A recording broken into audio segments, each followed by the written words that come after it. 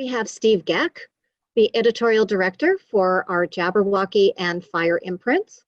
The books he's edited include the New York Times bestseller, I'm Not Dying With You Tonight, #1 Kids Next Pick, The Snatcher Book by Helen and Thomas Doherty, and the ALA notable graphic novel, Illegal by Owen Colfer. Before joining Sourcebooks, he was executive editor at Green Willow Books for almost 10 years. Steve got his start in the children's book business when his parents opened the Treehouse Children's Bookstore in St. Cloud, Minnesota. Steve will be interviewing Elizabeth Zunin. Liz grew up in West Africa and now lives in Albany, New York, where she draws, paints, collages, sews, silk screens, makes jewelry, and ponders the endless possibilities of chocolate. I would be doing that at the end of the day if I did all those things too. Her work is largely influenced by the people, places, and things from her childhood in the Ivory Coast as the product of two cultures. You can visit her at lizzunin.com. Steve, Liz, the floor is yours. Thank you. Hi, great to see everyone. Hi, Steve. Hi, Liz. It's good to see you too. I keep forgetting about the mute and unmute because I'm in New York City and I'm about 2 blocks from the Empire State Building. So I apologize for any background noise you hear because it has been really noisy today. So I happen to have Bedtime for Sweet Creatures here with me today. This is Elizabeth's book that she illustrated, Words by Nikki Grimes. And just before we start talking, I do want to say that when we get a picture book text in, a lot of people think that art must come in at the same time, but in fact you get a text and then you go off in pursuit of an illustrator. But when Nikki sent in the 2 extraordinary picture book texts, we said to Nikki, who do you envision working on this? And she said, right off the bat, she said, I love Elizabeth Zunin's work. And we said, okay. So we called up your agent, Lori Norwicki, and everything just fell into place. So we have this incredible book. Bedtime for Sweet Creatures. It's an extraordinary book. It's earned 4-starred reviews, which is a major achievement from the school and library market and from the reviewers. Each one made a point of calling out how gorgeous the artwork was. And can you tell me a little bit what your process is for taking inspiration, words, and putting them together in the storytelling? And tell a little bit of the history of how you became an illustrator too. I do know you work in some very interesting ways. And I've been lucky enough to hear about that, so we'll share it with others. Yeah, sure. Thank you, Steve. I was always, an artistic kid. I always was a kid drawing at recess, drawing after school, and I had an interest in drawing and painting from an early age. And then I studied illustration at the Rhode Island School of Design and got a BFA in illustration. And then I really tried to master my painting skills and then my collage skills, because those are the most important or most interesting forms of visual art to me as a creator and also as a viewer. So for the book Bedtime for Sweet Creatures, it was a little bit of a departure for me because I'm used to doing books geared towards a little bit of an older audience. I've done a lot of biographies and nonfiction books. So this was an opportunity for me to gear my art towards a younger reader, a toddler age reader. And also I didn't have as much of the research that comes along with researching a biographical figure or a person or place that I'm not familiar with. So I had a lot of fun diving into what this world would look like, what the imaginary elements of this world would look like, this bedtime world that this toddler is investigating, and the realistic aspects. And I was really inspired by, for the way the animals look, I was really inspired by the traditional mudcloth paintings from West Africa, and specifically the northern part of Cote d'Ivoire, or the Ivory Coast, where I grew up.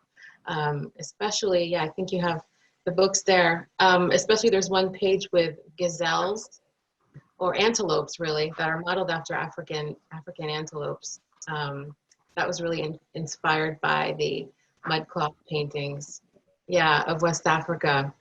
So I kind of figured that the text was very dynamic, and really the verbs and the animals really directed what my art would look like. In those traditional mudcloth paintings, they're done in a very monochromatic color palette. So there's often blacks, browns, beiges, and yellows. So I figured every animal in this book, I want them to have their own color palette. That's why the lion is pink, and he's got hot pink. He's got a little bit of of light orange and pale pink. And the owl is made with oranges, and the bear is made with greens. So that really took inspiration from traditional African patterning and West African and fabrics that were really a highlight of my childhood there. When the art first came in, I mean, it just blew me away. It's so extraordinary. I was showing some of the pictures, but Liz, talk to me a little bit too. The attention to detail in this book is amazing. The end papers are absolutely gorgeous. I mean, that you put so much thought into this is such an achievement. And I wanted to hear a little bit more about that. Thanks. Yeah. I thought about also the color palette for the whole book. It's bedtime. We're trying to get this toddler to kind of wind down and get ready for sleep. So I envisioned that there would be a lot of different blues, calming colors, and blues with different patterns, different textures. So I really delved into my collection of patterned and textured papers to create kind of like the end papers, which are also the same patterns and colors that I used for the quilt that the mother and father are sleeping under near the end of the book. So yeah, I like to use colors as kind of reference points. I reuse the same colors, the same patterns in different places of the book, so you can remember where these colors are coming from, and these colors continue to set the tone for the story. We have another book coming up in January. I told you we had two great picture book texts from Nikki, and Elizabeth has illustrated the next one. It's called Off to See the Sea. I think you saw it at the beginning of this presentation. That art is, the first book is all this nighttime and animals, and then this kind of under the sea quality that you brought to Off to See the Sea is magical. And can you tell me about the art there and any favorite pieces in that book? Yeah, for Off to See the Sea, rather than dark calming blues, I was thinking of ocean colors, more turquoises, lighter blues, and also thinking about the flora and fauna that you find under the sea. And I don't have any of the original art here with me now, but I think this might be one of my favorite pieces from this book. I think it really shows a sense of joyfulness and also calmness that the child is feeling, and also the mother. And this is one of the first pieces that I did, so it helped me to figure out, okay, what color is the mother's shirt going to be? I know I want it to be pink, but what shade of pink? What color should the bathroom wall be? I think it should be a pale color so that it can contrast with the bright colors of the blue. So I chose pale yellow.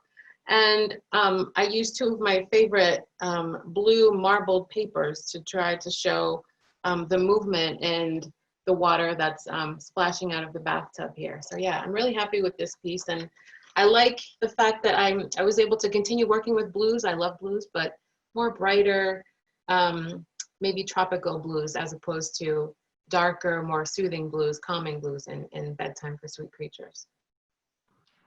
One final question, because I think we need to move on, but I think booksellers get asked this a lot too, and librarians. I know when I used to be a bookseller, people would come in asking advice on how to become published. And is there any advice you would give kids who might want to have a career in art?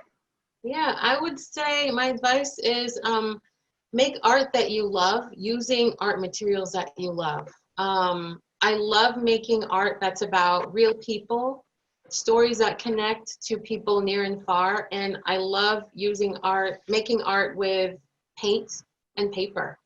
So I would say if you can make something that you love and put it out there, I think people will feel the love and the passion that you have for it, and they'll respond to it.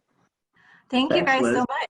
Yeah, no real questions, just people saying that the illustrations are gorgeous and fancy end papers are just the icing on the cake. So thank you guys so much.